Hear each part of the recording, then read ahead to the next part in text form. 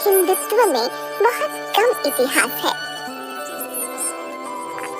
जहाँ हमारे साधु संतों की बात की गई हो, जबकि ये कटु सत्य है कि हिंदू धर्म और भारत निर्माण में हमारे साधु संतों का एक अतुलनीय योगदान रहा है।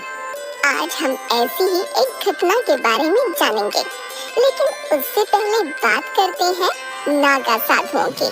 अगर हम बात करें नागा साधुओं के इतिहास की, 8वीं शताब्दी में आदि गुरु शंकराचार्य जी का जन्म हुआ। उस वक्त हिंदुस्तान पर विदेशी आक्रमणकारियों की घुसपैठ और लूटमार बेकाबू थी। हिंदुस्तानी जनता इन आक्रमणकारियों से त्रस्त थी। घुसपैठियों की पहली नजर हिंदू धार्मिक स्थलों पर होती थी।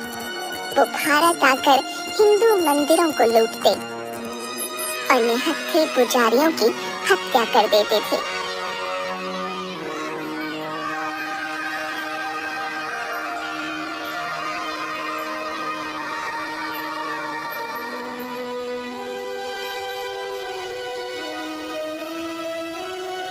सभी घटनाओं को देखते हुए शंकराचार्य जी ने धर्म और धार्मिक स्थलों की रक्षा हेतु साधुओं में सैन्य पंथ की स्थापना की, जो हिंदुस्तान के अलग अलग स्थानों पर अखाड़ों में प्रशिक्षण लेते थे।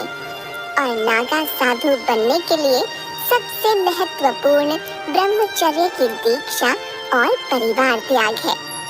उसके बाद गुरुओं से शिक्षा और शारीरिक एवं मानसिक प्रशिक्षण लेने के बाद शस्त्र के रूप में त्रिशूल, तलवार और दंड धारण कर अपने शरीर पर हवन की राख और चिता की भस्म रगड़ते हैं।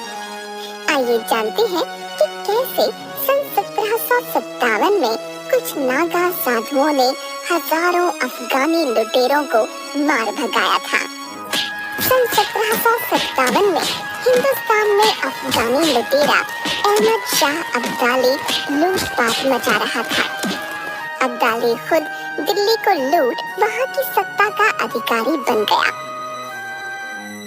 और अपनी सेना को लूटपाट मचाने बल्लभगढ़, जो उस वक्त की रियासत थी, वृंदावन, मथुरा और महावन की तरफ रवाना कर दिया। जाओ और वल्लभगढ़, वृंदावन, मथुरा, महावन में जो भी मंदिर हैं, सबका खजाना लूट लाओ। मुझे सब चाहिए, सब। रास्ते में जो भी इमारत या धार्मिक स्थल दिखे, उसे नेस्तनाबूद कर दो, जैसा आपका हुक्म जहाँ बना।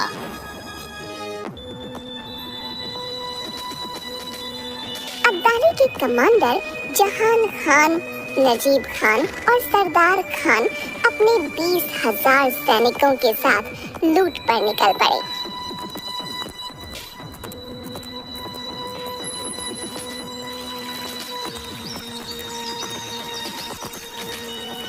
अब्दाली की ये ललकार हिंदुस्तान के कोने कोने में फैल गई और ये ललकार आनन फानन में हिंदुस्तान के कोने कोने में लगे अखाड़ों के नागा साधुओं तक भी पहुंच गई। एक अखाड़े में नागा साधुओं की मंडली में गुरु साधु,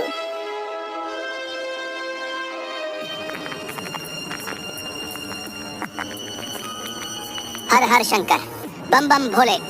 प्रिय साथियों, आज जैसा कि हमें अभी संदेश मिला है, ये विदेशी लुटेरे हमारी अस्मत पर हमला किए जा रहे हैं। अपने धर्म की रक्षा हेतु अब हमें कमान संभालनी है। हर हर महादेव, हर हर महादेव। अब्दाली हमारे पवित्र धार्मिक स्थल वृंदावन और महावन की तरफ अपनी फौज रवाना कर चुका है। हमें शीघ्र अतिशीघ्र सबको गोकुल में एकत्रित होना है। ये संदेश हिंदुस्तान के हर एक कोने में पहुंचा दिया जाए।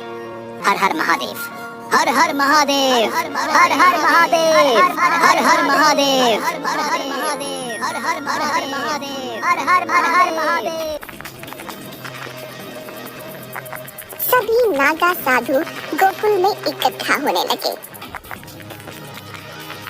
अंदाजा था कि जब तक अब्दाली की सेना मथुरा तक पहुंचेगी, तब तक लगभग 10,000 नागा साधु गोकुल में आ चुके होंगे।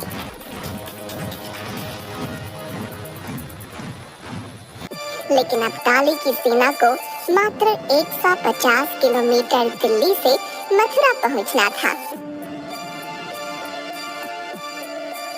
और नागा साधु अपने अपने अखाड़े, जो कि हरिद्वार, उज्जैन, ऋषिकेश, प्रयागराज आदि से गोकुल पहुंचना था, जो दिल्ली के मुकाबले मथुरा से 4-5 गुना ज्यादा दूर था। गोकुल में एकत्रित सारे नागा योद्धा युद्ध की तैयारी में थे। हर हर महादेव, हर हर महादेव। शिव भक्तों, आज समय आ गया है अपने धर्म और हिंदुत्व की रक्षा हेतु हमें इस दुष्ट अफगानी लुटेरे की सेना को मुंह तोड़ जवाब देना है।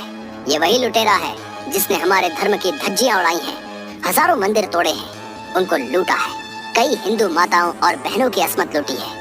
आज हमें एक एक घाव का बदला लेना है। महादेव हमारे साथ हैं। सब तैयार हैं?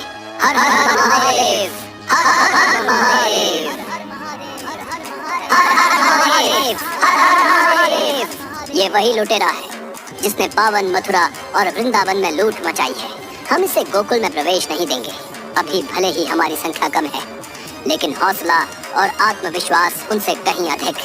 हमारा एक एक योद्धा 100 पर भारी होगा। राख में लिप्त हो जाओ। अपने अपने त्रिशूल और तलवारें तैयार कर लो।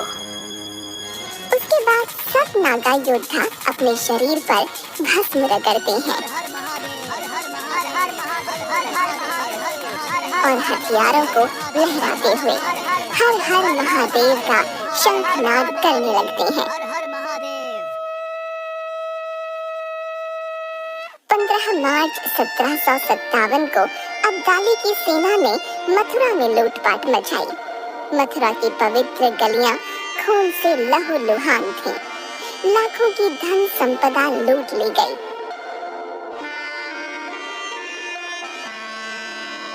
कई युवा स्त्रियों ने अपनी आबरू बचाने के लिए यमुना जी में कूदना बेहतर समझा।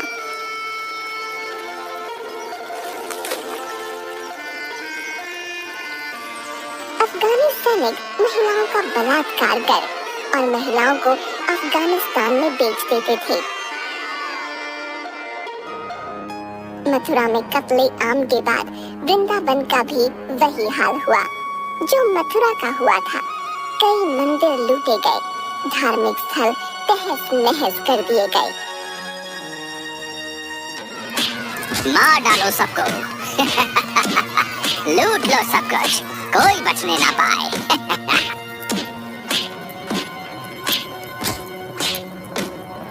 सारा महावन भी लूट लिया।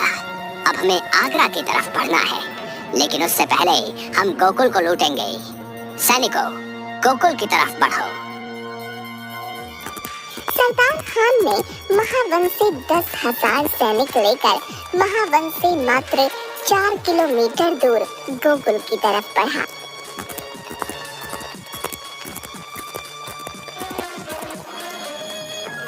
सरदार खान की नजर गोकुल में स्थित मंदिरों की धन संपदा और युवा महिलाओं पर थी, लेकिन सरदार खान के रास्ते में खड़े थे 4,000 नागा शिव भक्त, जटाधारी, देह पर भस्म, आंखों में रक्त और हाथों में त्रिशूल लिए नागा शिव भक्त।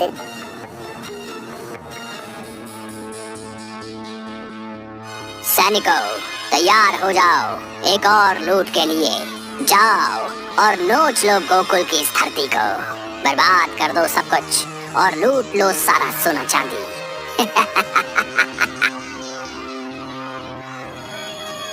अफगान सैनिक जब नागा साधुओं के सामने आए, चिता की भस्म से रमे चेहरे और जटाधारी साधुओं को देख उनके कलेजे कांप गए।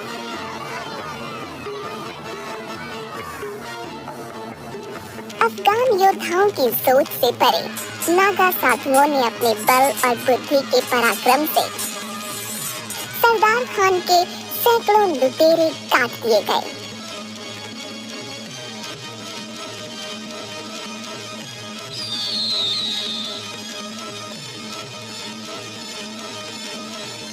अफगानी लुटेरे अपनी जान बचाते फिर रहे थे और अफगानों और नागा साधुओं में भयंकर युद्ध हुआ। अफगान भी खूब लड़े, पर शिव भक्त नागा साधुओं का शारीरिक और मानसिक बल उन पर भारी पड़ा। एक नागा योद्धा 10-10 अफगानियों पर भारी पड़ रहा था। कमांडर सरदार खान अफगान सैनिकों की संख्या कम होते देख चिंता में था।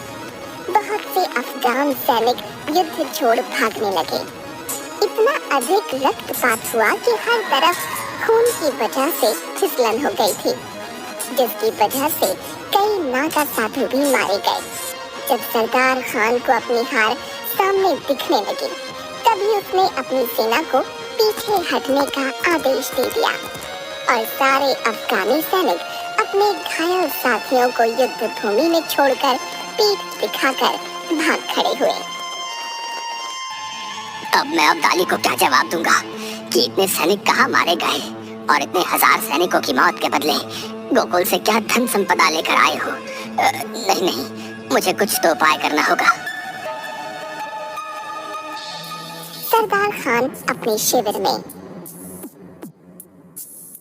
सैनिक इधर आओ और शहंशाह अब्दाली के मुख्य निरीक्षक युगल किशोर को संदेश पहुंचाओ कि हमने उन्हें याद किया है। तभी सरदार खान का सैनिक युगल किशोर को सरदार खान का संदेश देता है और युगल किशोर सरदार खान से मिलने उसके शिविर में आ पहुंचता है।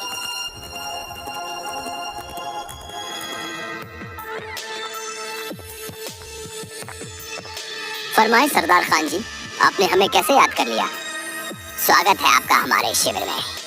आपसे बहुत जरूरी काम आ पड़ा है। आप ये समझें कि आपकी मदद की सख्त जरूरत आन पड़ी है। ऐसा क्या हो गया?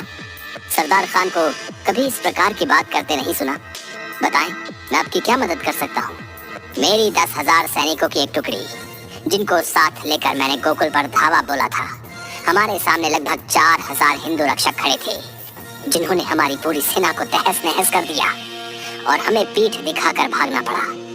बस आप अब्दाली को सच न बताकर ये बता दीजिए कि गोकुल में भूखे नंगे लोग रहते हैं और वहाँ हैजा फैलने की वजह से हमारे हजारों सैनिक मर गए। इतना बड़ा झूठ, और वो भी अब्दाली से। जान से मरवाओगे हमें भी आप। सिर्फ आप ही हमारी मदद कर सकते हैं। इसके लिए मैं आपको मुंह मांगी धनराशि देने को तैयार हूँ।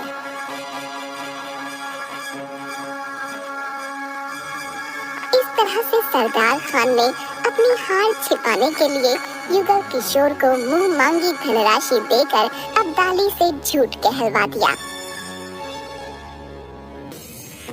युगल किशोर, बताओ क्या वजह हुई जो हमारे हजारों सैनिक गोकुल में मारे गए? जहाँ पर गोकुल साधुओं की एक गरीब नगरी है, जहाँ पर पहले से ही भुखमरी है। लूटने के लिए वहाँ कुछ नहीं, और सरदार खान की सेना उस वक्त गोकुल पहुंची जब गोकुल में हैजा नाम की बीमारी ने कहर बरपा रखा था। हैजा की वजह से हजारों सैनिकों ने जान गंवा दी। बहुत दर्दनाक है ये। सरदार खान को संदेश भिजवा, सभी को वापस दिल्ली बुला लिया जाए। जैसा आपका हुक्म जहाँपना। लेकिन 1757 का नागा साधुओं का वो पराक्रम हमें यह बताता है कि आज के इस वक्त में हम लोग हमारे इतिहास के महत्वपूर्ण योगदाता साधु समाज को भूलते जा रहे हैं। हमें उनका ये योगदान हमेशा याद रखना चाहिए और अपने हिंदुत्व पर गर्व करते हुए साधु समाज को सम्मान देना चाहिए।